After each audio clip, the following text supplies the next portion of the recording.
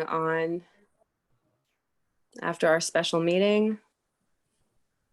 I see Melissa's here. Is Johanny here? Donna, Marcia, Strat.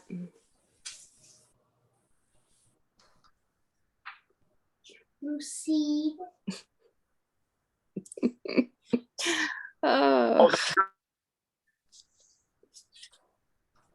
I could never get away with that. You can tell he knows what's happening, Lucine. Yes, he is tuned in. Yeah. All right. All right. So I see we've got Nathan on. He will be presenting.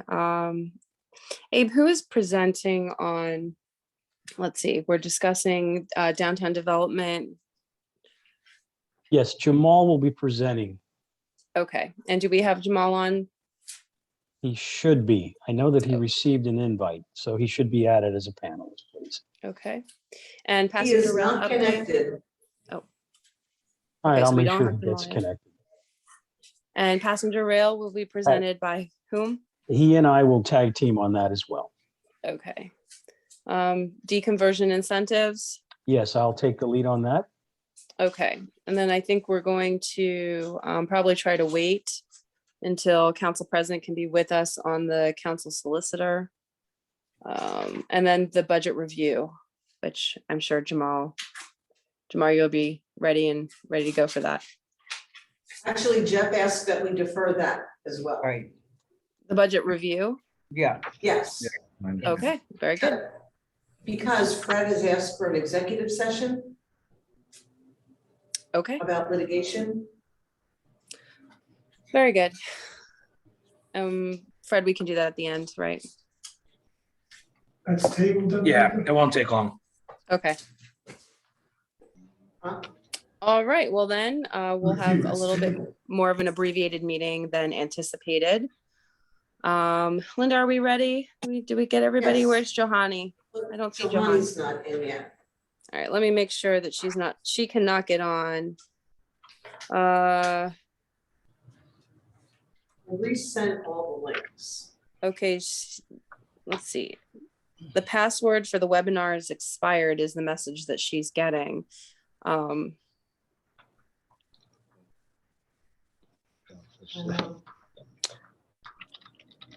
me see if I can reach out to her.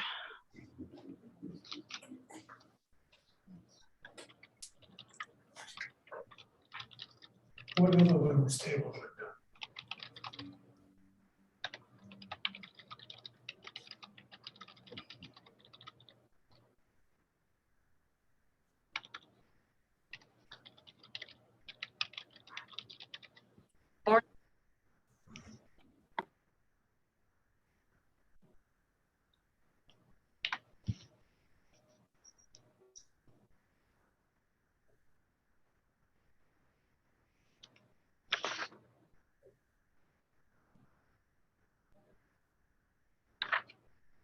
Who is that up there? I saw my name up there. Oh, no, What was that for? I don't know.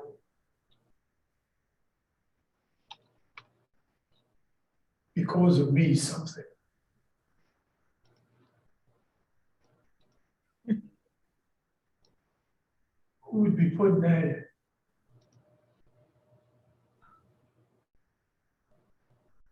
Linda, is there a meeting ID that would be available because she keeps getting that prompt for some reason? I'll text it to her. Okay, Linda's gonna text that to you, all right? You're welcome. Okay, so Johanny is on her way.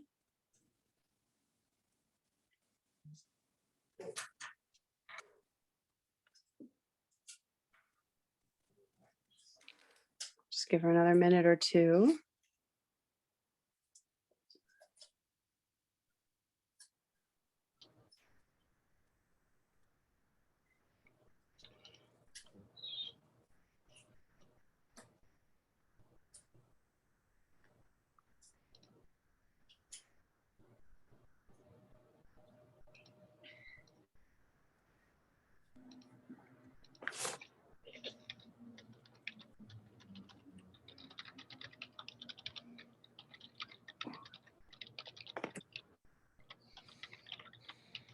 Okay. Let's go ahead and get the meeting started. I know that Linda is troubleshooting with Johanny, and I appreciate everybody tuning in on time.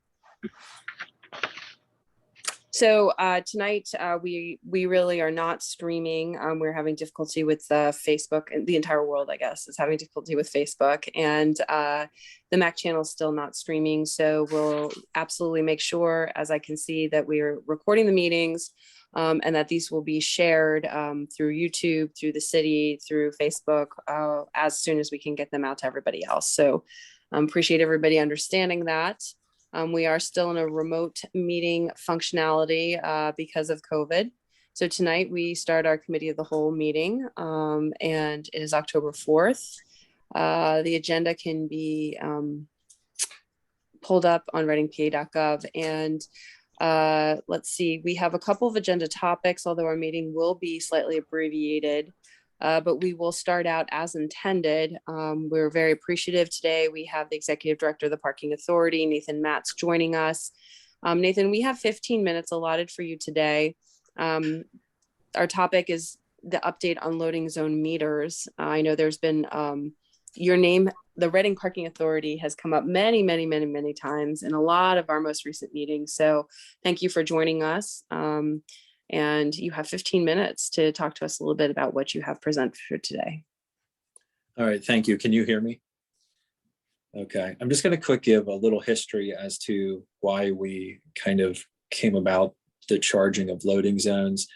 And basically, we were receiving a bunch of complaints from business owners about a lack of turnover in loading zones in the downtown area. And history shows, according to parking study experts like Desmond, who the city has hired, that there's a lack of turnover in metered areas, and it's the result of two main issues. First, that the rate of the on-street area is too low and that it's not a deterrent. And the second is the lack of enforcement. So we then went and spoke with business owners in each block, and we sent somebody down that was bilingual and interviewed everybody that we could. And the main complaint that we actually received from the business owners was that there was a lack of parking downtown for them to park their own vehicles to get in and out of their own personal business. And so that's something really difficult for us to tackle. And I don't want to get diverted into that, because that's talking about creating more on-street parking. We would love that, but I don't want to talk about that. So the ways we accommodated businesses that deliver downtown is we went to all of them and we educated them. We handed them a flyer on what was happening, when it was happening, and why it was happening, and the changes and when they would start. We also then distributed several thousand free coupons for everybody that is in the delivery business, and we delivered them to the downtown businesses as well to give to their businesses that deliver. And then we also asked them for an address of all the delivery businesses, and then we mailed them the flyer, mailed them free coupons, etc. Then we also heard a concern that business drivers or delivery drivers would be in and out real quick, and they would need something more of a permanent basis. So we had our enforcement company come up with a permit that's a permanent permit. And basically it was an unlimited introductory rate of $30 a month. And then you could park an unlimited amount of times at the loading zones. So we tried to make it really easy for them. The other thing we offered was we have the mobile app, and we offered a fleet management option for businesses that are in the delivery business.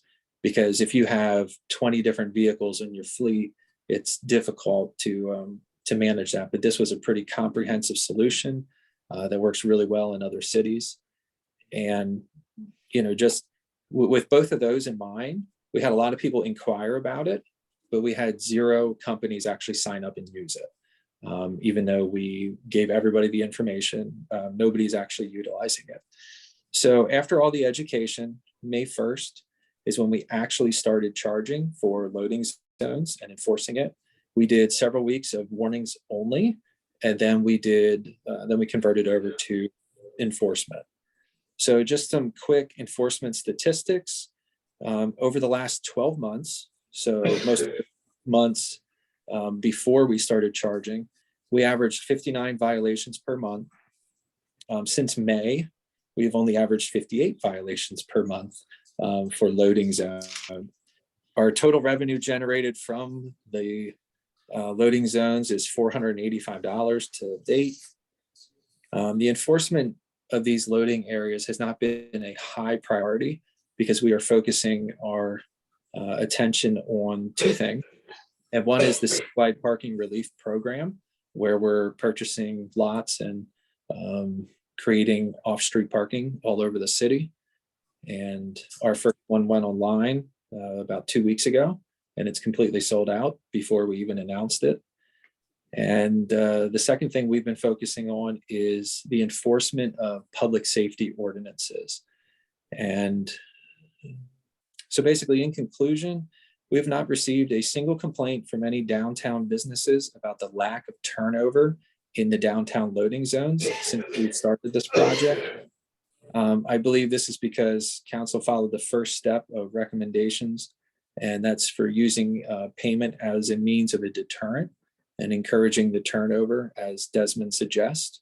And the second step is enforcement, and we should be able to get better at this as we continue to address our staffing and hiring shortages that have been caused by COVID. And so that's pretty much all I have. If you can give me 5 more seconds to make a public announcement, I'd appreciate it.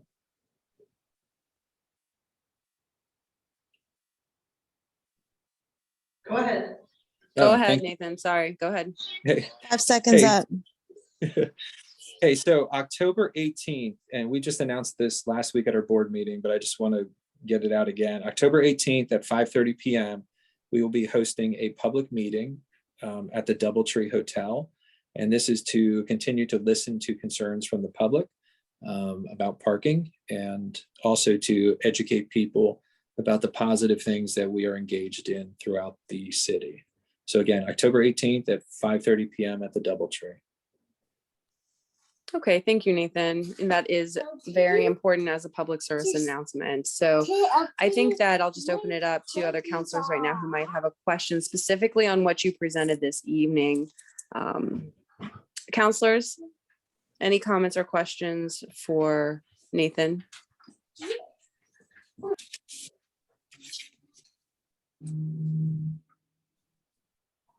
Donna has her hand up. Okay. Oh, I'm sorry. I cannot see. Just to publicly thank you for the lot finally all finished up and looking great on Schuylkill Avenue. It looks fabulous between Buttonwood and the railroad tracks there, and it was sitting vacant for so many years, owned by the city, not maintained. I really appreciate how nice repaved lined, the plantings to soften the cityscape there.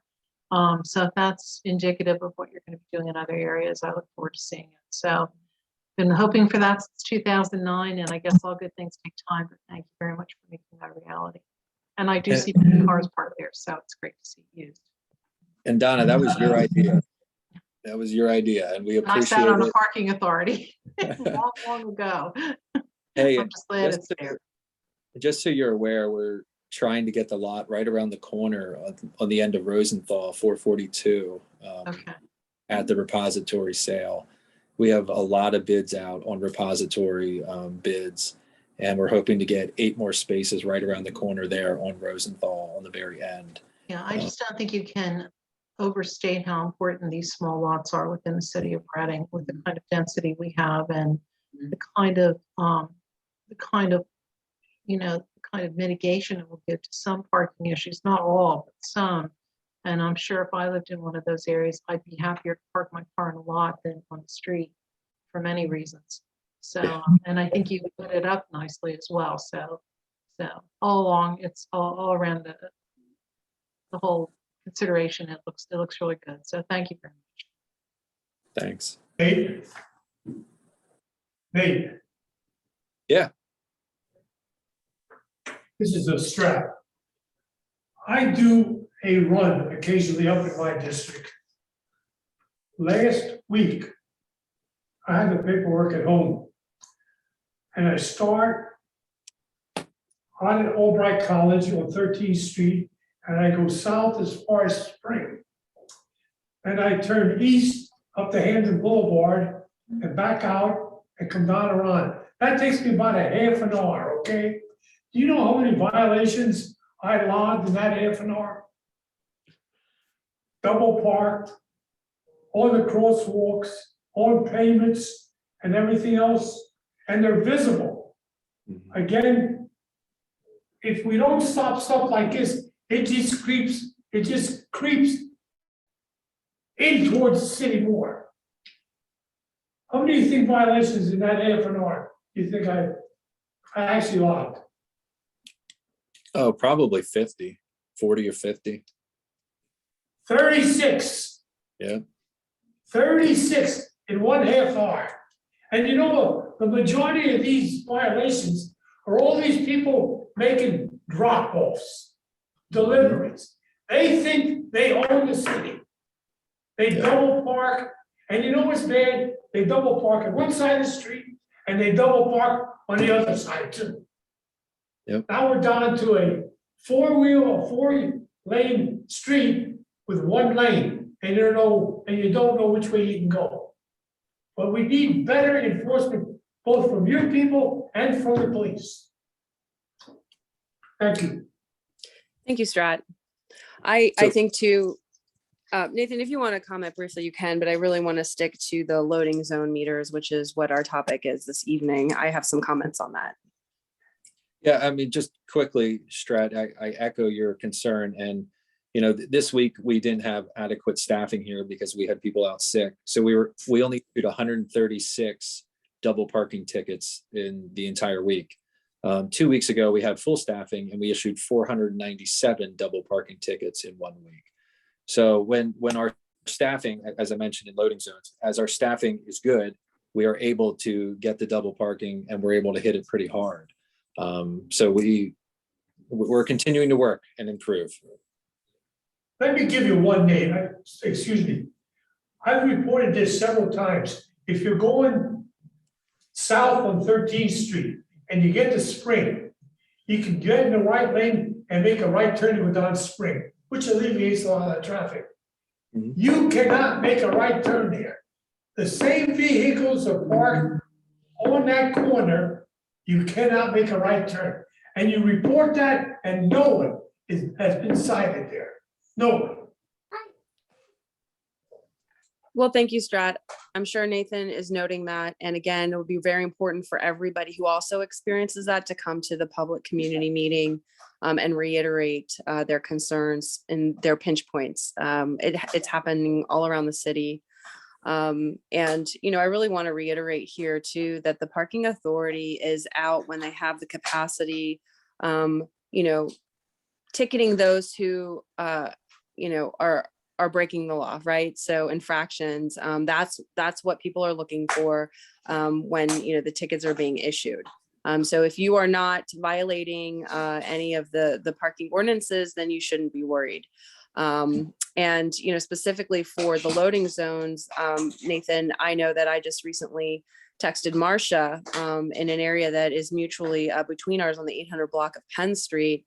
I don't know, I haven't looked closely if there's a designated loading zone there, but I know there are businesses there that receive materials for their, what they need to do. And this week there were 2 tractor trailers parked in the westbound lane facing each other, completely blocking the traffic. I know that wasn't a loading zone. And, I'm surprised there wasn't an accident, and in talking with Marcia about it, sounds like that happens all the time. It's a very concerning intersection. So I think not only making sure that these offenses aren't happening in the loading zones, but also that there isn't a free-for-all of these larger vehicles, parking anywhere to do the deliveries. Obviously, it's critical for these deliveries to occur to support our small businesses, but I think there needs to be some direction there. Marcia, do you have anything to add to that? Yeah, I think it has to do with the nature of the individuals driving the vehicles. because we see this when they try to go under underpasses and they use Google Maps and whatever to get to their destination. We have a lot of people that aren't familiar with the city that are driving vehicles in the city because that's their job to do that. And I just wonder how we can better educate the drivers coming into the city, because we're not going to, I understand and I believe your effort's good as far as, you know, what you're able to do to outreach, but we need to be able to do it in a way that reaches out to these trucking companies. And I know that's a bigger task than we probably ever thought of, but I know my neighbor is an independent truck driver that drives all over the country. So he has to face many municipalities and has to understand all the laws. Any suggestions on that? Because I think these are the people I see really making the infractions. People that don't understand the city, come in there either delivery, whether they're Uber drivers, whatever they're doing, and it's really creating a lot of chaos.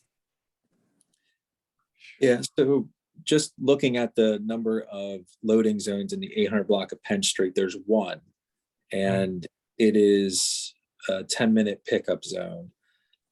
So in terms of, is that adequate for the 800 block of Penn Street? Probably not, but if you move down into the 700 block of Penn Street, pretty much the entire block is a loading zone. On the north side of the street there is no metered spaces on street anywhere in that block. So, you know, can we encourage others to, you know, pull over, pull off, actually, you know, maybe go a half a block down to make it safer? I think those are great things we can do to educate people. Our enforcement guys can, as they're, you know, speaking to people on the street. I can't really speak to whether or not we have enough loading zones in, you know, each block, given what each business requires. I think that's something more Desmond would be able to speak to, about whether or not our, you know, 98 loading zones downtown are adequate. But, you know, given what you're suggesting, it's probably not adequate in that block. And I think that's the right place to go, you know, to consult with Desmond to kind of inform us as to, you know, do we have enough? Are they placed accurately? Because when we talk about economic development, you know, these small businesses are critical. And if they don't have a friendly environment for those deliveries to be made, then, you know, that's something we need to address and that we can address to enhance the viability of our city. So I would look forward to you presenting or coming back with that information, Nathan, at a later date. Marcia, do you have one more thing?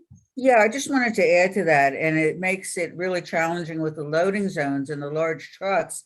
It's also highly, there's a lot of pedestrians in all these areas. I think the 800 block of Penn Street is a good example, but you have the trucks trying to unload, people trying to cross in the middle of the streets, and it really is a real setup for some disastrous consequences. So I think as we go and look at getting consultation in this, we need to look at, you know, how we do this around the pedestrian traffic too. And again, because, you know, that particular block I drive through every day, I see some of the chaos, and then you have the children in the school zones. It's just one thing on top of another. But come back with recommendations, and I think the public meeting is the best way to get more input. Yeah, and feel free to come to the meeting. Yeah. Thank you, Nathan. Counselors, anything else? I appreciate your time coming this evening. I think it's critical for even all of us to come to that public meeting if we can. And oh, Johanny, I'm so sorry. It's I see a your hand up. council night, the public meeting is the same night. Oh, is it a council night? Okay. Johanny? Me? Are you able to hear me? Yes. Are we also gonna get listen to any updates on like the North 9th Street issues and the concerns in that area? I'm curious to know what's happened since at a later point in time, if possible. I can spend 5 seconds on that. Council recommended, and I gave my contact to the person that had the issues, and council recommended that she reach out to me, and we have never had anybody reach out to us to sit down with them and address the issues. So it's honestly, it's gone nowhere. Okay, thank you, Nathan. Yep. And we'll continue to reach out to you. I think these quick, briefings and Sure. updates are really helpful. So thank you for making that time. Yeah. All right. Anytime. Thank you. Yep. Okay, we're gonna move on. Next on our agenda is a downtown development update. We have 20 minutes, but again, this is in response to council asking the administration for an update, so I very much appreciate that. I'm gonna turn it over to the managing director to begin this conversation. Well, like you said, Counselor, this is at the request of council members who are interested in the developments that were taking place with private developers downtown. There has been quite a bit of activity, and we just wanted to provide everyone with a timely update as to what was taking place. So I'll turn it over to Jamal. Okay, good evening, everyone. I would like to share with you a PowerPoint presentation, which will give us a quick summary and rundown by the projects that are going on, as well as the, can you all see the presentation? No, Okay. there it is. All right, so we can see now. Good. So we've had a lot of activities going on in the downtown area, and some of it has been completed, some of it are still in the works. I will start with the projects that we had for. Can you see this still, or am I losing you? Because it looks on my screen that I'm losing you. We can see Barley Square. We can see it. Good. So the Barton Square is a senior community building, about 52 apartments, or 57 apartments, I'm sorry, that was completed successfully, and it is actually a very good project that's been beneficial to our community itself. We also have completed are working on with Alvana University for the college town. That's about 125,000 square foot. It had its challenges, from historic reviews to planning commissions to zoning, but we've ironed through all of these things, and I'm delighted to let you know that on September 21st, probably a lot of you have been attending to the Grand House opening itself, and the project is in its way for completions. There are several entities going to be there. If they are not there yet, actually, I haven't had a chance to go myself, but Community First Fund is going to be there.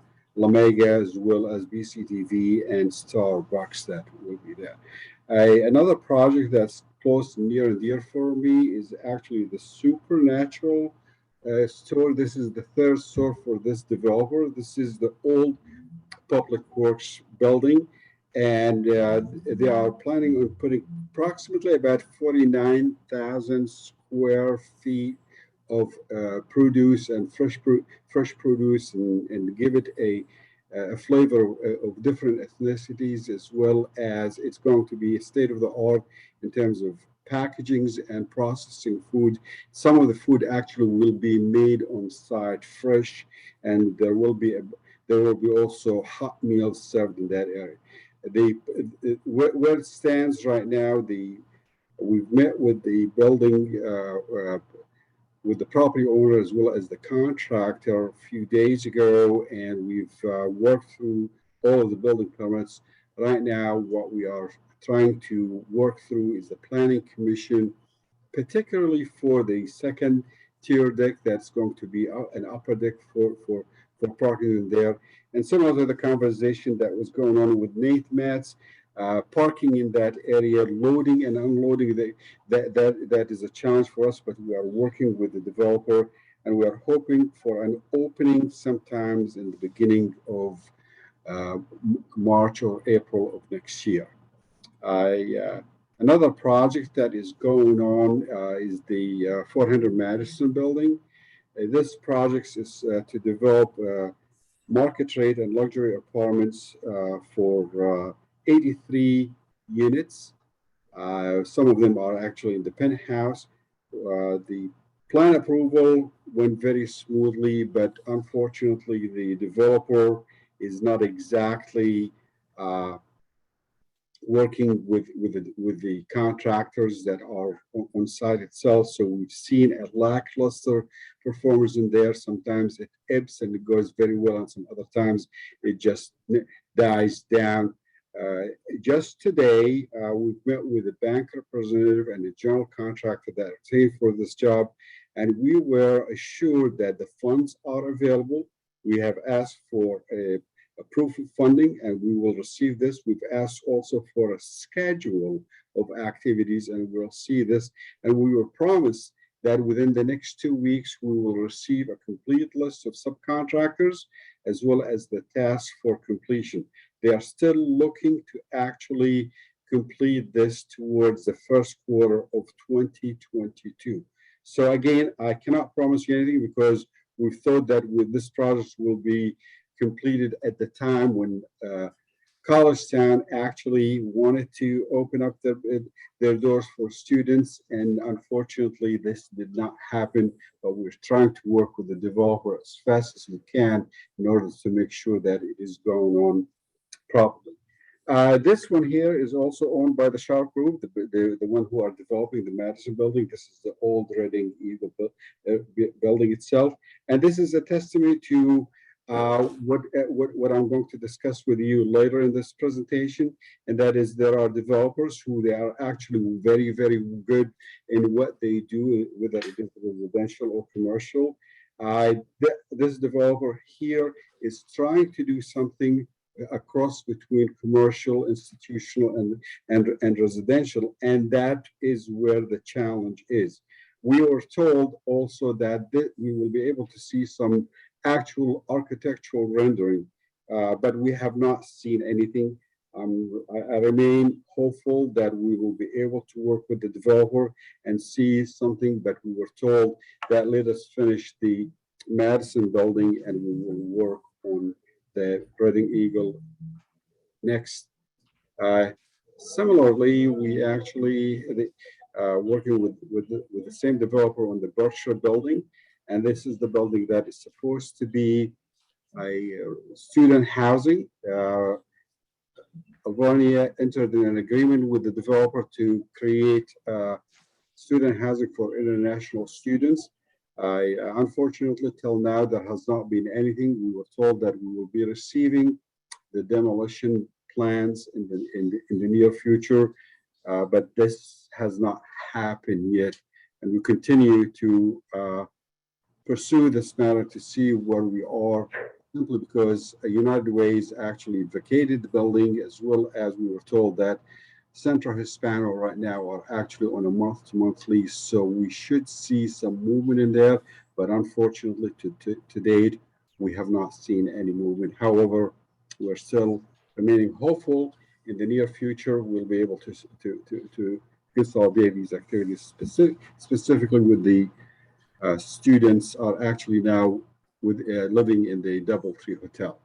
The medical art building is for another developer, a local developer who's actually taking very assertive yet aggressive steps in there, and he is working with us to develop 39 units, market rate units, or residential units in there with an adaptive reuse, so there will be some commercial using that. The status of this is actually it went to the planning commission as well as going back for more revisions to the zoning board, to the zoning hearing board. But speaking to Mr. Schuman, we believe that this project will move on in the first quarter of 2022. On that note itself, probably the developer will come to us with an additional request for an RCAP at that time when he started. The Berks County Trust building, some of you have toured this building. It has a charm to it. Mr. Schuman, the developer for the building, actually is diligently working on the commercial side of it in there so that we'll be able to have food services and stands as well as commercial offices for law offices as well as any other professional services that we'll do. The residential part of it in there, as I was informed, Mr. Schuman is actually at this point in time in the process of the design itself, but did not secure all the necessary fund for the residential development. And that in of itself will probably be another discussion that we'll have, and I'd like to share with you some of the details in a few minutes from now. 6:30. Recently, we have actually the Reading Redevelopment Authority entered into a letter of intent agreement with the SPACS Development Group, a firm located in the Philadelphia area, and they are actually developing plans right now for the 301 Washington Street as well as the 124, 126 North 4th Streets. The intent here is again mixed use for the 301 Washington, but it's all residential for the 124 North 4th Street.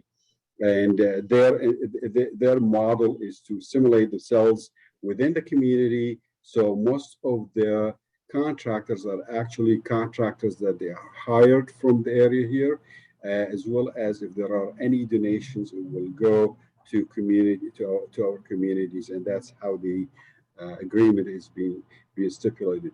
Their timeline to start this, if all the feasibility study conducted and we reach a final agreement with the between Reading Redevelopment Authority as well as the SPACS Development Group, to start in the very early first of 2022, with the intent of actually completing dates sometimes in October of 2022. So we should be able to see these two properties completed and ready for renovation.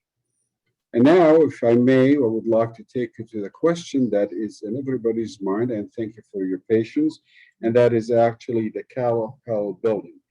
You've been very patient with us, waiting to see the outcome of these two studies that we have launched.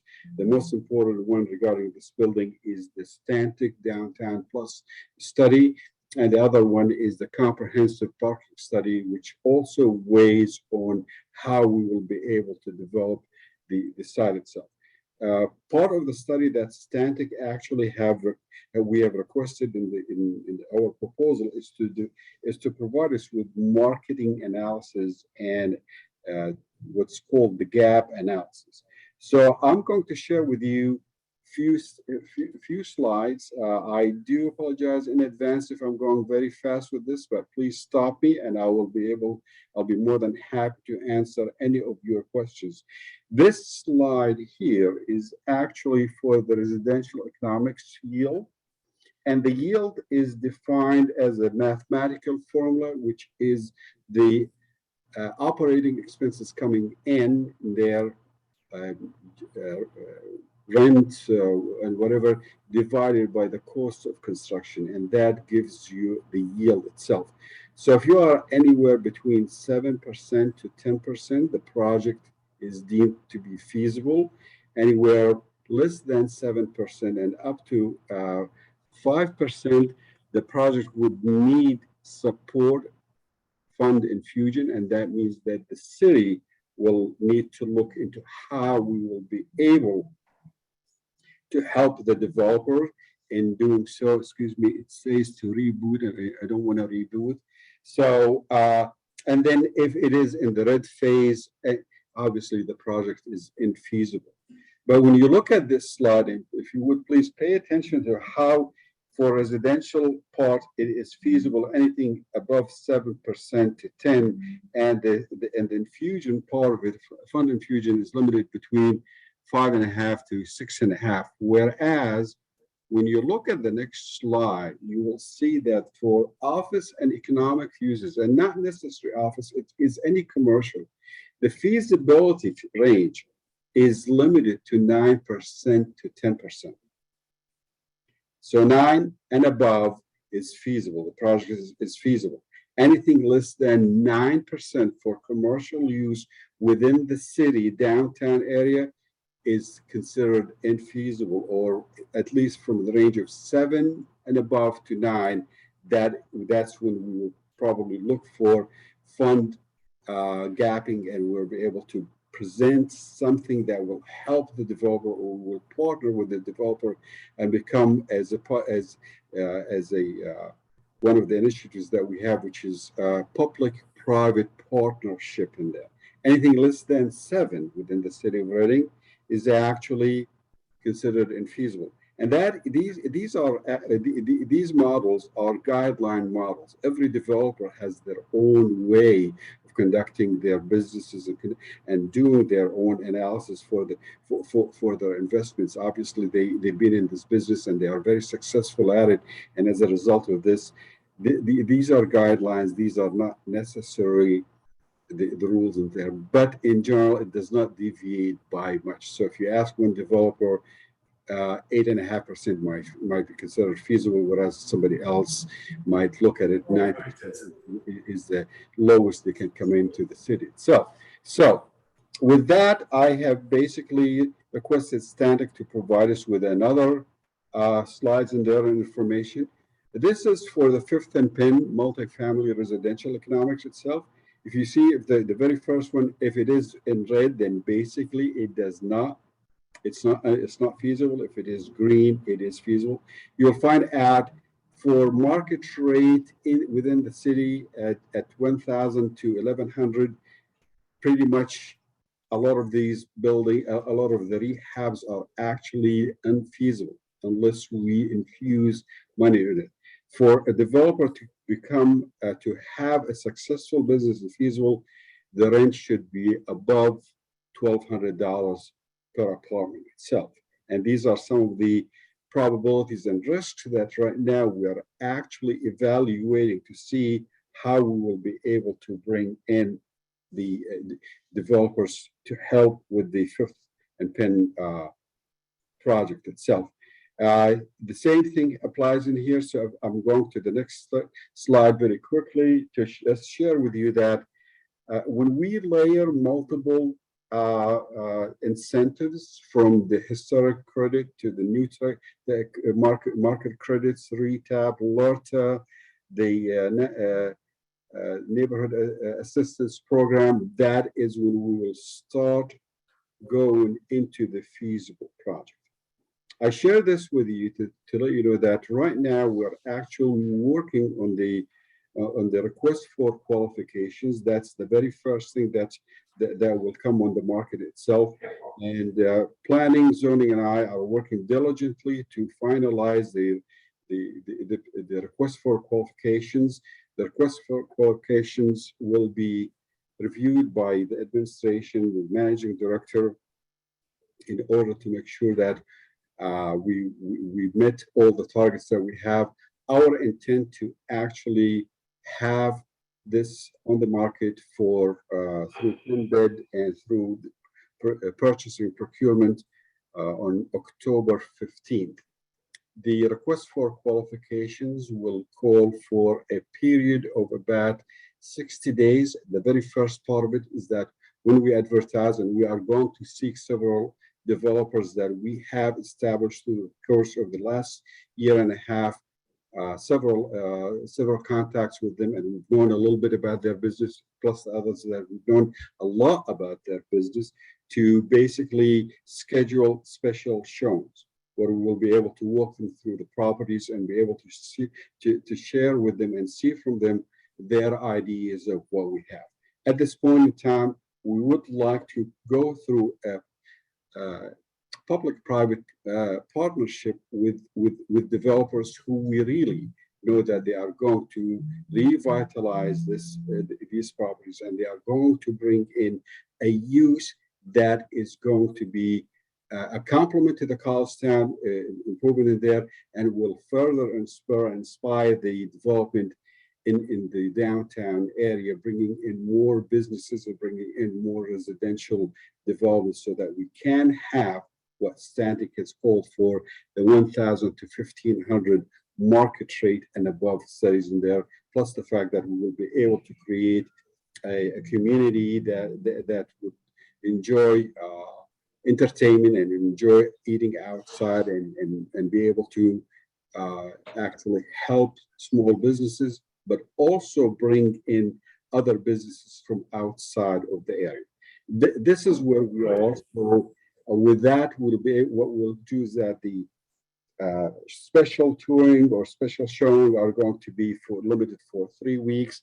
And then we are going to ask the developer to provide us with their qualifications, statement of qualifications, along with proof of fundings, as well as all the necessary items to show that this developer is in this business and they know what they are tackling and what they are doing. And that will be submitted to us in January 14th, which happens to be a Friday. So that is the plan as we have it right now. I'll be more than happy to answer any questions. And again, I went through this very quickly, but I know that you have questions that you would like to ask. So feel free. Okay, thank you, Jamal. There are plenty of questions. There's a lot of information you just presented. So I know I have a handful. I'm going to open it up to fellow counselors, and just a reminder that even though we had the presentation this evening, if all of the questions aren't presented at this time, I'm sure that Jamal and the managing director will make themselves available to us to thoroughly dive in. So, Marcia, I think you have your hand up first. Yeah, and mine are going to be more comments than questions Okay. because a lot of information was presented. I think they need to be accompanied by timelines so that we can be monitoring the progress. This is critical, and to understand how the process is working. So if at any point along the line we run into any kinds of delays, we understand why that is. And that being said, I have another comment and then a question for Jamal. My comment is, our properties extend to the courtyard adjacent to Alvernia on Penn Street. Am I correct? Yes. Okay.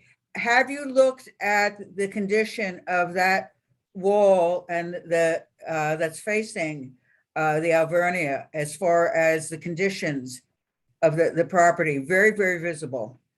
Yes, I actually have seen it and walked that hallway, that alley several times in that regard itself. There are broken windows, or at least one broken window, and paint is peeling off in that area. Yes, and we have tried to actually address the window to be able to fix it. But at the same time, and unfortunately, it was not in a timely manner that we could meet the deadline for the grand opening of the college town. Do we have a timeline when that's going to be repaired? Because if you talk about the broken window theory and what that says about any neighborhood, we are obviously a perpetrator of what we try to get people to address in their own neighborhoods, in their own homes. Well, you have to look at it in two ways, Marcia. The very first one is that does it look aesthetically appealing? No, it does not. I agree with you. No, there is no doubt about that at all. Is it in a way that is eyesore? Yes, it is an eyesore. The intent here is to actually get a developer to basically help us with these things so that we can revitalize this. But to place about $2,000 to the replacement of a window at this point in time might be the thing that we need to do. Yeah. And again, I go back on the theory and I don't want to expound on this too much. The other thing is on the second floor, there's curtains whose rods are broken. So we're trying to attract quality businesses and educational institutes to downtown Reading. They've been very supportive in working with us. We need to show the same level of effort. So I walk that courtyard. I know Jahani's down there every day with their business. I ask the administration, fix it. Thank you. Thank you.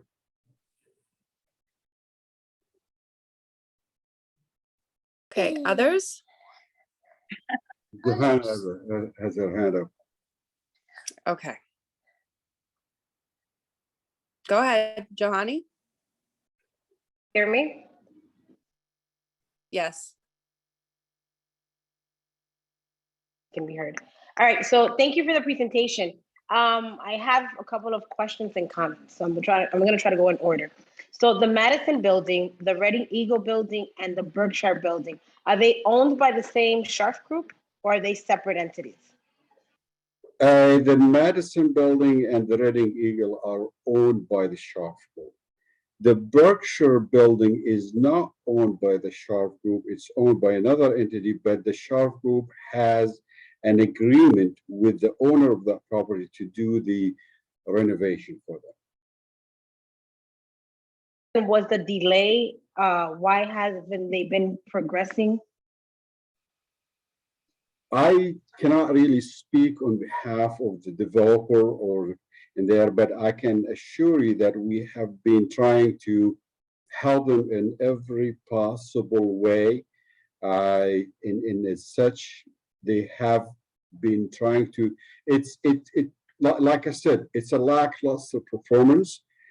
Sometimes they are the parking lot. You cannot find a place to park in there, and people are coming in out of everywhere. And then in some other times, it is vacant, and there are hardly anybody in the parking lot, and such there are any. When they started the demolitions, they were with a different company that they started the demolitions. My understanding at that time that the developer did not see kind of like there was a misunderstanding or a disagreement is a better word between the construction management and the developer and the property owner, and as such they severed that relationship.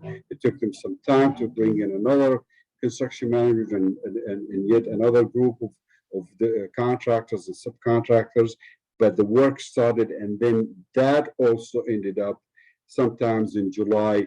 And now we are on our third general contractors. All of these things we follow in there. Please remember that we do not have control of who is the general contractor. As long as the general contractor meet the requirements and they have all the licenses and they have all the professional attributes for conducting the work, that contractor will meet the work, and we will be able to issue them a building permit. Why would a developer sever the relationship with their general contractors or the construction manager? It's something is not beneficial to the project itself, because every time you stop and you go, that's a delay, and almost you go back 10 to 15% in the project. When you do something like that, sometimes more than this, it does not help the progress of the project itself.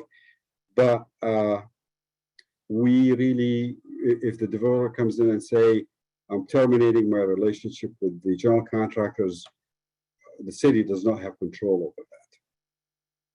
Understand, but we do have control about preventing potential blighted property. So can we demand answers, a plan in a timely fashion? Is that possible? Do we have the power to say, we need to know like by yesterday what the issues are and how they will be rectified? That's a very good question, Johnny. Actually, in our meeting today, we have requested all of these things that you have said, and we have actually instructed the general contractor, unless we see a complete list of subcontractors, as well as we see that what's called the construction value of the project itself, and we see a proof of fund for the project, because we've heard some other conflicting stories, and we see the schedule, we're not issuing any building permit at this point. The general contractor, the former general contractor, sent us a letter terminating their building permit, and this at this point in time, any activities goes in there, it does not have any building permits. So as such, we will shut it down immediately. But the general contractor that we met with, along with the bank representative, assured us that these things are coming to us by the end of this week. So I'll keep you posted if it comes in, because we were very clear with them. There will not be a building permit issued when we revoked all the building permits that were issued, and you are not authorized to do any work until we get proof of fund, a schedule, and a list of contractors or subcontractors that are working. Of the American Coffee House, does the Scharf Group also own that property? No, that deal fell through. I know who owns it, but I was under a gag order, so I cannot share that information with you, but I can assure you it is not the shop. Also demanding deadlines in terms of the condition, right? An update status and the condition of the property, the roof, and so on. Right? Absolutely, yes, absolutely, yeah. Okay. Then that brings me to the Callow Hill buildings. So the city owns these properties, correct? Who is responsible for the maintenance? For the sidewalk, the back lots? These tend to be spaces where people will hang out, sleep at night. I saw it with my own eyes. So I'm concerned about who's maintaining it, who's cutting grass, who's making sure that the exterior is at least clean and properly protected.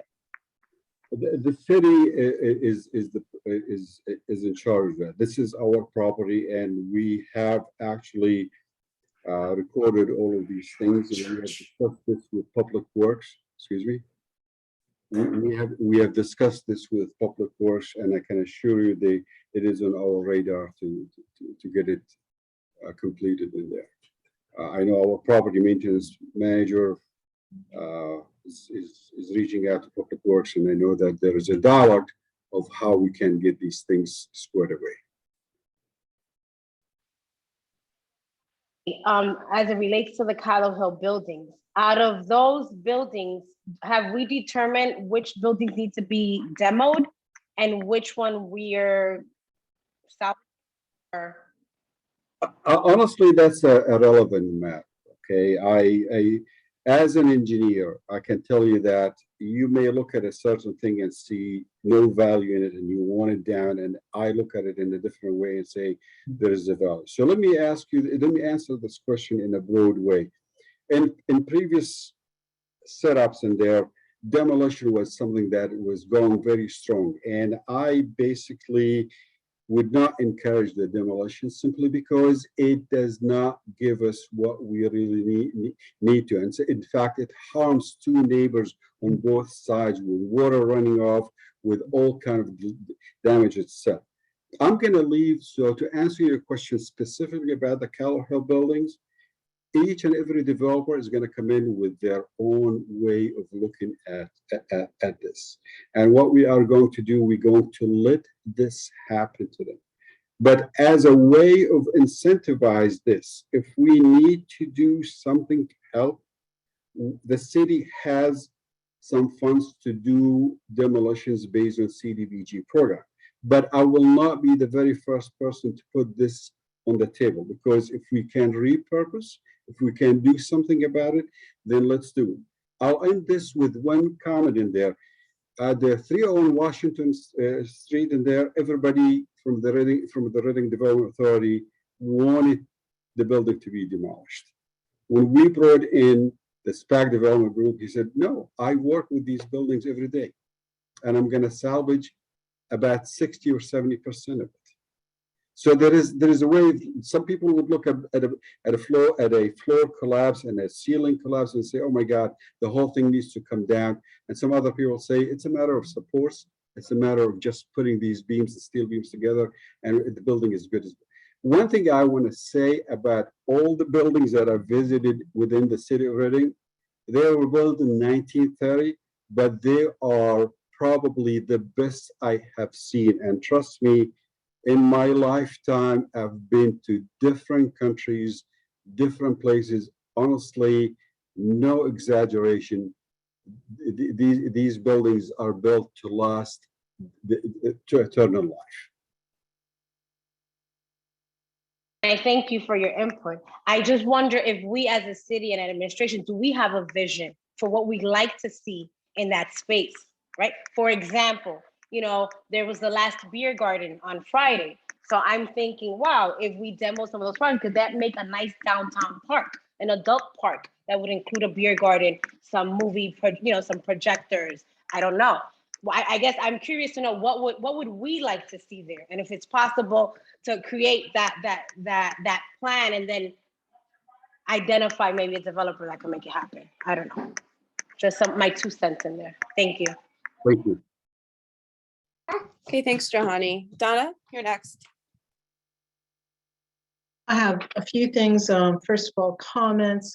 You guys have seen, and I had mentioned this before, and it's obviously been picked up by the media, but the concerns that were expressed to me at the opening of the Alvernia College Town, looking across and seeing peeled paint, dilapidated buildings, codes plays a role in this. I would hope that we're actively engaging our property maintenance people, our codes people, to address the peeling paint, to address dumpsters that are leaking onto the streets. There are dumpster regulations for historic districts. You know, Alvernia is in a historic district. We see dumpsters all over the place. Something's got to be done with that. I hope we're enforcing this. If we're not, then we have some issues, I think, with that. So I think it's really critical that we have some kind of report on particular buildings and how enforcement is either happening or is not happening. Because all this goes together. And Johanny, you have a nice building downtown. I'm sure it's frustrating to you to see blight happening, and we can see it in the 400 block of Penn. We can see it in the 300 block of Penn. It does no one any good in terms of development and trying to get a wonderful RFP and get some good work done at our own buildings. That's always going to be an impediment. And I certainly take my hat off to College Town for going forward despite some of the issues they have. I had a bit of a red flag when I heard something about demolition at the Berkshire. That's on the National Historic Register. What kind of demolition would occur at the Berkshire Building at 5th and Washington? The demolition is I was actually, through the developers when that was rehabbed in the 1980s through historic tax credits. That is on the National Register. What kind of demolition are we the hearing about? demolition that is going to be there, Donna, is simply inside the building. The shell will remain the way it is. Okay, So okay, all these are going to be demolishing offices and putting up offices. okay. So that's internal demolition then. That is, yes. With the Calla Hill buildings, they also obviously are in historic district. Demolition, unless it's demolition through neglect, which happened at the Whitner's building many years ago. And if that's happening through us because we're not taking care of them, there can be demolition there. But again, that's historic district. So, you know, if we're being so neglectful that there's holes in the roof and that there's structural issues there, demolition by neglect can occur, but that would speak very poorly for the city of Reading for holding those buildings and holding them for as many years as we have. I know there were private developers before who did not take care of them. It was unfortunate, but you know, I agree with Marcia. I've seen bushes growing out of the sides of them, and you know, the back area is you know, questionable. And I just hope we can both move on these and be realistic as developers come to us, and we can have some alacrity in moving forward with development, because we have had in the past appropriate development suggested that dovetails with what we would be looking at now, and it was rejected. So I hope that we are extremely open and we hear things through, and I hope we don't go through another phase of saying no to every developer, local or national or international, that comes to us. That we have, you know, we have the requisite financial proof, but that we go forward, because the more those buildings sit there, the more problems we have. And I'm beyond frustrated for how long it's taken. This should have been done 8 years ago. We should have okayed a development that was coming in there. The beer building, that's a major historic downtown building that wasn't discussed. That is, what's the situation? Have we had codes go in there? There's windows open, there's balustrades falling off the roof area. My understanding, it's owned by folks who live outside this country. I would like to know what's going on with the Bear Building. That plays a huge role in Reading history, and it is a beautiful building. For everyone who doesn't realize that it's behind the post office building, it fronts both Port and Washington streets in what would be the 500 block of Port and the 500 block of Washington. Also, the old post office building, what is the status of that? So there's some really key downtown buildings. 601 Penn Street, I'm assuming you were alluding to that earlier, that you know who has purchased it but are unable to discuss that at this point. That is correct. Okay. And then finally, the Reading Eagle building, I'm concerned about the developers who both own the Eagle and the Madison, that they sit there without any movement, and whatever we can do to facilitate that. I share your concern, Donna. I share your concern, but like I said, there are certain things that we need to help the developers to come with and be able to facilitate for them. This administration has been since January of 2020 working very hard to actually fight blight. Blight did not take place yesterday. It took place in years in there, and we are trying to do everything we can to bring in these. But the Bear building, for instance, the one you have, I worked with the developer in there.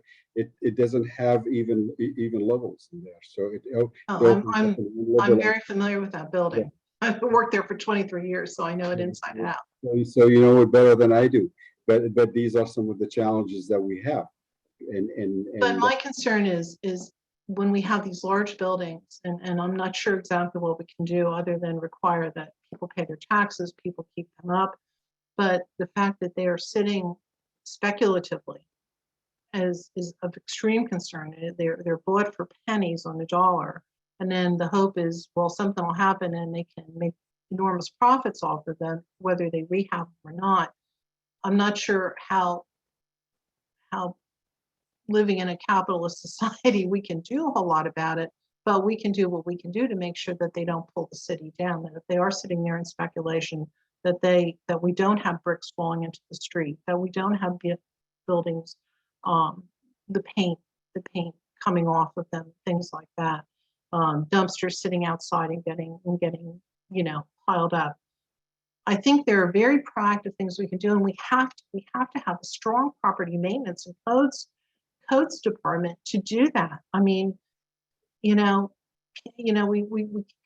get concerned about homeowners and distressed homeowners, and it seems that sometimes we're tougher on them than we are on these corporate types. And yeah, we want them to come to Reading, but I don't think we should allow ourselves to be played for fools and letting this fight go forward. And no, it didn't just happen in the last year, but it's on our watch now. And that's where we're at. So we're not going to have development unless we show that we have enough pride and enough energy to demand that everyone plays their role. And these folks who own these places and can do it, that at least they scrape paint and repaint minimally on Penn Street. It's just so frustrating. We see some of these large buildings that could be beautiful and, that got enormous tax credits in the 1980s. Mm-hmm. And now they have just been left to wallow and fall apart. I just can't understand why we aren't standing there and screaming in front of the buildings saying enough is enough. Thank you, Donna. Jamal, I want to be cautious of our time this evening. Clearly, you continue to see how passionate the council body is in the work that is placed on your shoulders. I will keep my comments very brief, and then I know we're scheduled to meet, so I can really expand in person with you. I think tonight, what's really important and what you can continue to do is to really define and explain, not only to the council body, but to the public at large, how delicate of a balance it is for the city as an entity to work with private developers, where we can push them, where we can encourage them, and where if necessary we have to penalize them in the best interests of the city as a whole. And I think too that some of the complexity is within the multiple partners, perhaps is the right word. Maybe resources at your fingertips, the public-private partnerships. There's a new level of complexity because the redevelopment authority is now within the city. But even alluding to one of the comments that Johanny made, I know that there are areas where a courtyard is owned by the redevelopment authority, but sometimes public works, so multi-interdepartmental, inter-authority agreements that have always provided some difficulty in terms of just saying this person is responsible, right? So navigating that, I'm sure, is difficult. And And as always, hoping that you will turn to us as council body to request the resources that you need. Capacity is an ongoing issue, and we understand that. As you start to navigate through that, we hope that you will approach us and say, here's what I need to be more efficient or to resolve some of the issues that are ongoing. I think Stantec has presented to us something that maybe had a little bit of an overtone tonight, even in the housing and maybe even hotels, right? I remember housing and hotels together. When we're talking about housing, we're hearing it over and over again. We're hearing housing mentioned in Berks County. We're talking about housing. Your incredibly deep dive on the economics of housing, and residential versus commercial is appreciated, but helps us realize that where are we prioritizing? I think when Johanny asked the question of what is the vision, right? Do we have things that are guiding us so that when we present these to the public, to developers, to the people at large, we have a vision and we have our strategies ahead of us. I think as long as you continue to regularly update us and present us, with those, with the timelines that were requested, and some other things that were brought up, and we can continue to help you do the best job possible, to continue this development of our city in a great way.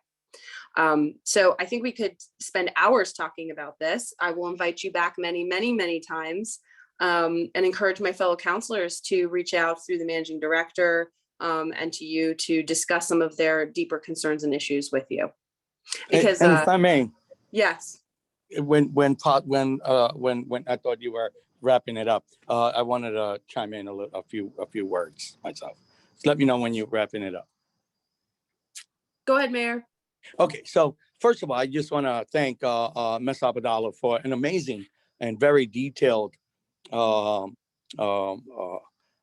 presentation on where a lot of development is currently going. I believe that's definitely shows how proactive this administration have been in taking the initiative to downtown. Unfortunately, we had this little thing called COVID that has gotten on the way on some of the items. It shows that we're ready, willing, and able to work with any developer and expedite the appropriate documentation and permits to move forward. I also want to thank Councilwoman Reed for reminding us that this is an issue that has been going on for years. She mentioned 10 years. I would dare say that probably even a little bit longer. But for the fact that, in the last 2 years that we've been in within this administration, and a lot of development has been going, even though it hasn't come to fruition in its totally, but it has started even through a pandemic. It just shows our engagement. I also wanted to chime in real quick in regards to the halls or areas where there potentially be some homelessness ongoing. We definitely are on top of it, talking with different agencies to make sure that we do what we can in a very respectful manner. As Jamal acknowledged, we're gonna definitely bring it back up to the attention of Public Works, just to make sure that everything is being an eye is being kept on. So just wanted to chime in and say thank you to Ms. Abadalo and everyone who has commented, especially reminding the public that this has been something ongoing for many, many years. And yet this administration is going to take a very proactive approach to make sure that development goes on as quickly as possible.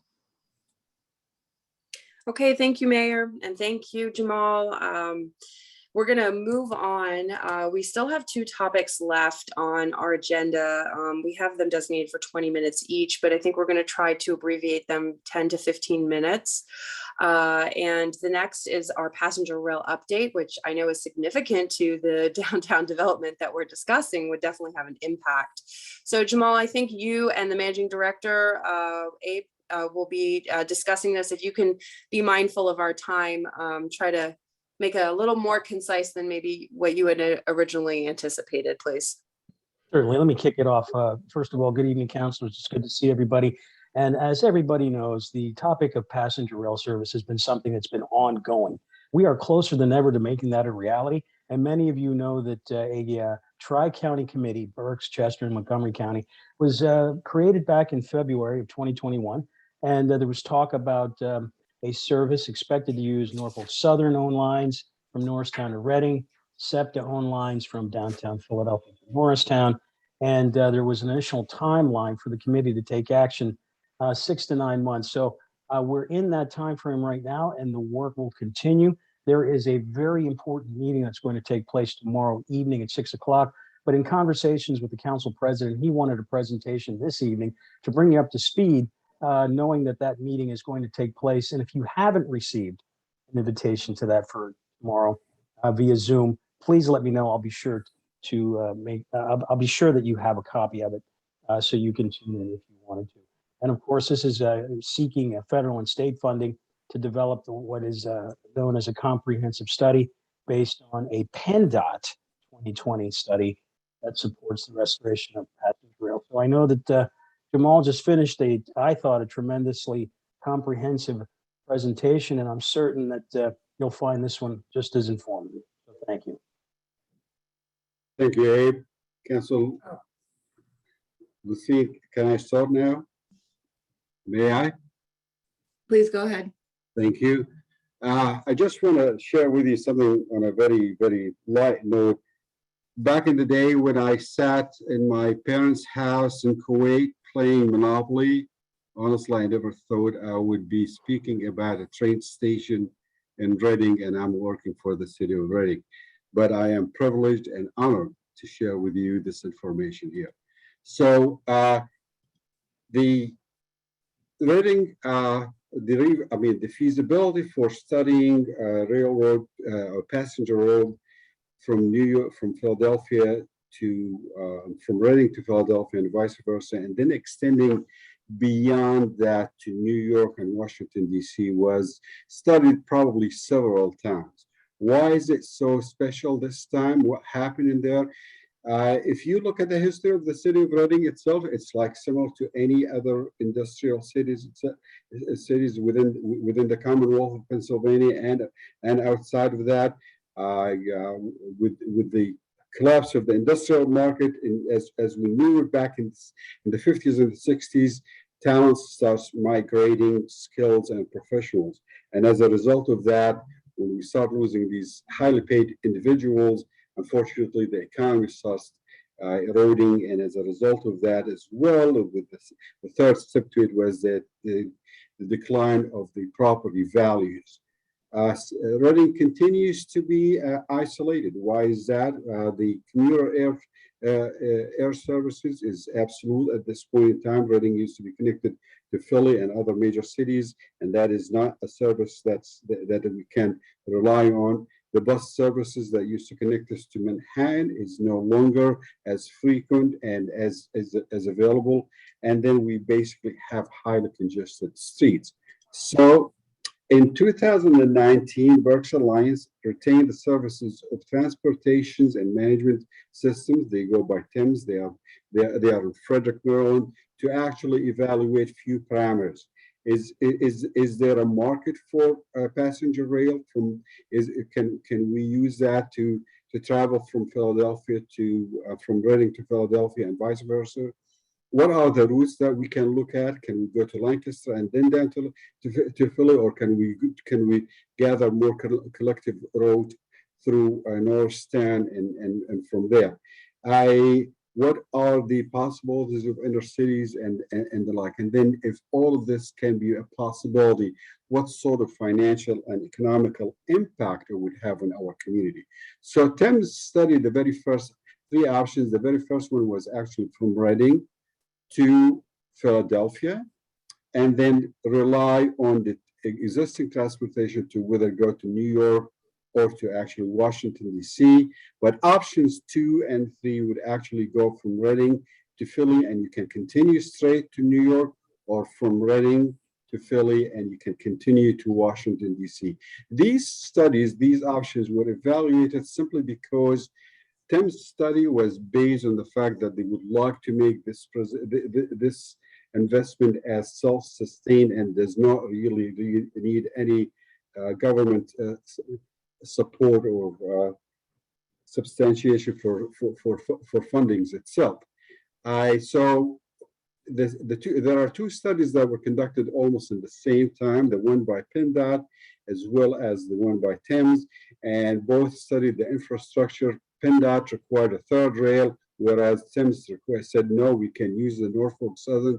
They both evaluated the equipment and the train technology, because when you see in the next map in there, you'll find out that when we get to Norristown, we have to switch from diesel to electric driven vehicles in there. So in general, the study that Tim's prepared indicated that a passenger rail from Reading to Philadelphia is a viable option itself. And to continue that on the northeast corridor is also viable, and they could do this with a very competitive rate. However, there are two important conditions, and that is we really need to bring in Norfolk Southern and in the discussions from the very, very early stages of it in there, and we really need to take into consideration the PennDOT study that was done in 2020 as well. On these premises itself, the commissioners from Berks County, Chester County, and Montgomery actually developed a tri-committee, and the tri-committee was formed, as Abe indicated, in February of 2021. At that point in time, they really wanted to have, excuse me, as the study in such a way that from Reading to Norristown, we will use Norfolk Southern Rail, but from Norristown to Philadelphia, we will use the SEPTA rail itself. And as such, what would that happen to the coast itself, and how would that be able to? The committee have put a timeline of 6 to 9 months to complete the study. We are right now actually outside 6 months, but we are on target to move on to this. And they are looking for financial support from government, from federal as well as state, as well as looking at basically outside private supporters as well. So this is the map that we have, and basically it shows that the rail passage is going to go through to Birdsboro, Pottstown, Royford, and then into Norristown. It will actually stop at Valley Forge, King of Prussia, and that makes it more feasible. And then at that point, it will switch to the SEPTA lane that will take it all the way down to Philadelphia. On that, basically the action plan that was put by the Tri-County Commissioners was set with and informed by very bright individuals with the planning commission, with the planning from the counties itself, where they actually studied all possibilities itself. They also included financial and political supports, legal, and any other committee that they can, subcommittee that they can actually help to make this study a very reliable study and to see whether this is a success or not. So what comes out of it is that actually we would like to have a service, direct service from Reading to Center City, Philadelphia, and that was one of the missions that they have studied very carefully. A minimum of 3 trips a day, round trips to 12 preferably, and they are looking at the capacity of the rail to make sure that this can happen itself. And then at that point in time, would there be any stops in Phoenixville, Pottstown, as well as any other destination there? The county planners have actually developed this path itself. And in this path, as it's created, and you can see why they stopped on all these places and these and there, the statistics in this area here, it shows within this area, there are more than 50% of the household people are considered low to moderate income, 50% or more. There are also about more than 30% who lives in this map here are people of color. And about 7% or more, age 16 and older, that they don't have vehicles. So understanding these statistics, planners actually kind of like moved into the next phase, and that is they started discussions and engaged with SEPTA as well as Amtrak.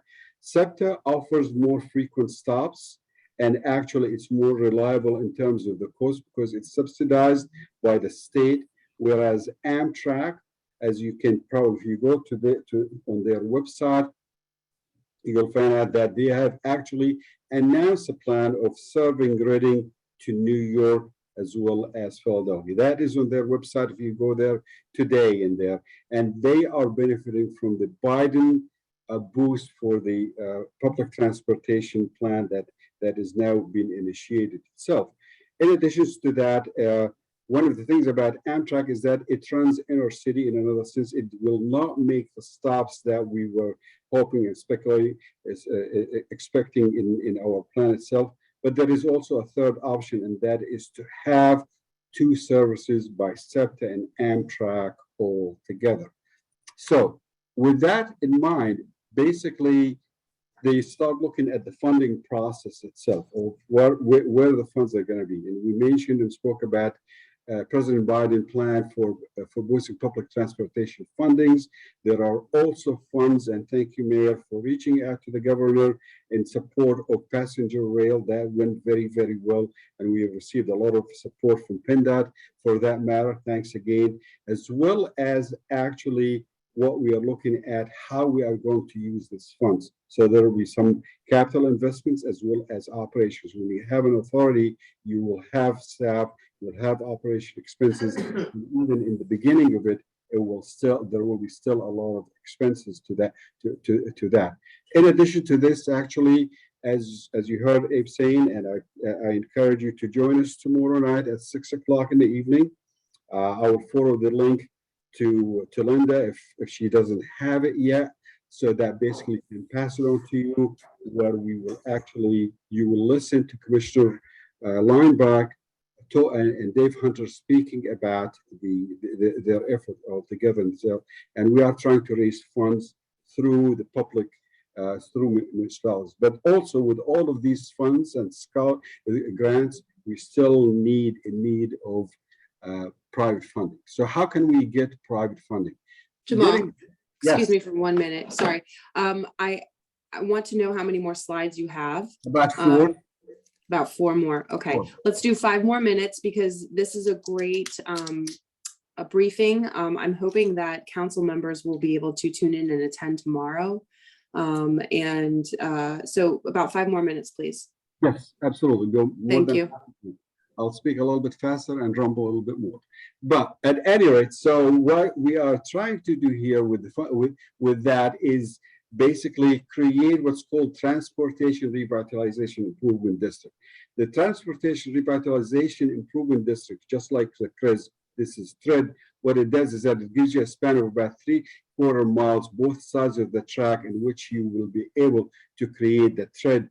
One advantage to the TRED is the matter of fact that the properties will go up in value, and as such that the tax will be assessed on a higher level, and there the funds for the increase in the assessed tax will actually help securing a public bond that's payable in 20 years. I'm going to stop at this point here, but before I do so, I would like to indicate that my sincere thanks to John Weidenhammer and Dave Myers, who helped me preparing this proposal and this presentation altogether. Again, I'll be more than happy to take questions, but at the same time, I respect the time that's been allotted to me. So if you need any more information, I will be more than happy to forward this presentation to you all. Thank you. Thank you, Jamal. I think it would be wonderful to forward this presentation to us. I think that everybody who can tune in tomorrow should do so. Of course, thank you for acknowledging the work of the Berks Alliance, who really were the first to move this, pick it up, move it forward, and keep it going. After tomorrow's presentation and with a thorough review of these slides, I think then maybe we can invite you back to ask some more questions after tomorrow's meeting, which really indicates how do we move this forward and what's the right plan. Just quickly, I'm happy to see the TOD on there, because I think one thing that we need to really pay attention to is setting the parameters so that when the train gets here and the development occurs, we are controlling what is happening. We are holding green spaces and spaces for public use that are critical. And we don't see development take over to a point where it's detrimental and displaces our community that's here. So I'm glad to hear you're looking into that. And I hope everybody does tune in tomorrow. After that, we'll probably be back in touch and have a lot more questions. So thank you. And because of our effort, actually, we will have a seat at the table with the in the authority itself. Very critical. So we wish you luck, as well as David Hunter and Commissioner Leinbach tomorrow, and those others from Berks County who will be representing our county and the Tri-County Authority that's being formed. So that being said, we're going to move on to the deconversion incentives, which will be the last agenda item for this evening. And thank you, Counselor. I just want to put something out for the consideration of the body, and out of respect for our time and the fact that we're still going to executive session. Would it be the pleasure of the council for this presentation to be made next week rather than tonight? I see some heads. I'm offering that as a courtesy and out of respect to you and members of the public. Yes, I appreciate that. Donna? Very good. Yes. Everybody else totally okay with agree that? Yes. Good. Yeah, this is a very important matter. So is the rail. You know, everything tonight really has been in good context, and it's been in response to what we've been saying, and I can't appreciate that more. Very good. Thank you, Managing Director. So with that, any very important general comments that council members need to make prior to exiting into our executive session? Okay, and Fred, just before we go into executive session. Oh, sorry. Marcia? Well, let me make a real brief one, and then I know Johanny had. I had just spoken with Council President, and I felt when we bring on our council solicitor, I think an item that needs to be addressed with all council members is maybe just a review of Robert's Rules of Order and the Administrative Code. So we all are on the same page when we're moving forward to conduct meetings. And it hasn't been something that we've had a chance to do recently. And I would suggest maybe we can do it when we have our new council members, but I just feel it's absolutely essential. So I just want to add that the council president supported me on it. So I'm hoping we all can move forward with that as an important piece of our work. Thank you, Marcia. I agree. Johanny? I just want to, oh, this is loud. Hold on. Can you hear me? Yes. I hear an echo. Yeah. Johanny, you're on mute now. No, there's two of you. It's because, yeah, because one, I can't hear anything. Hold on. There we go. Okay. Everyone can hear me now, right? Yeah. I wanted to give a quick shout out to Sergeant Fegley. I had the honor, the privilege to go and do outreach Thursday night from 11 p.m. to 2 a.m. I went out with the crew, with the homelessness, the Coalition to End Homelessness, with Hope Rescue Mission, the Reading Tower Street Medicine Team, Daphne from the Recreational Rec Commission was out there. There was another gentleman out there, but the shout out goes to Sergeant Fegley because I saw him in action dealing with our homelessness population, and he does it with so much care, compassion, and so genuine. I was really impressed and admired the work that he does. And I have to say that at the beginning of our walk, you know, I asked the question, well, how do we help our community? How do we help these people that are out here? And he really said, oh, that's, you know, that I leave it up to these organizations to do the work, but yet he actually was doing the work and really had so much patience in handling our population and managed to convince one of the homeless women who was out there to actually get into the Hope Rescue Mission to be escorted to the hospital. There's a lot of work to be done people. I mean, it did break my heart to see what I saw walking out during the evenings. And we need to prioritize and make some time to figure out real solutions, right? We can't help people that don't want to help themselves, but especially the buildings that we own, there's a lot of camping out at.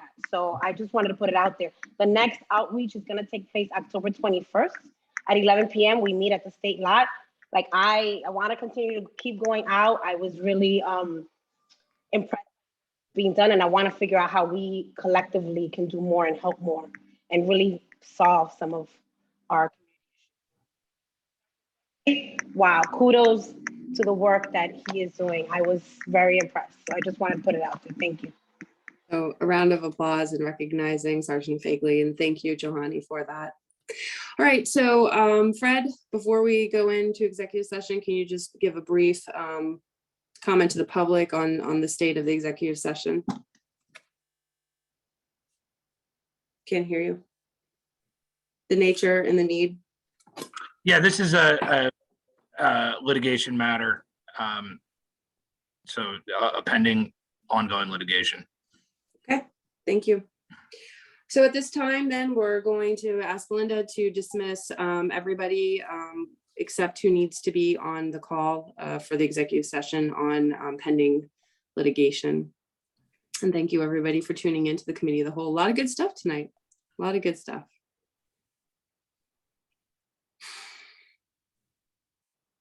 Fred, do you need anybody on besides yourself?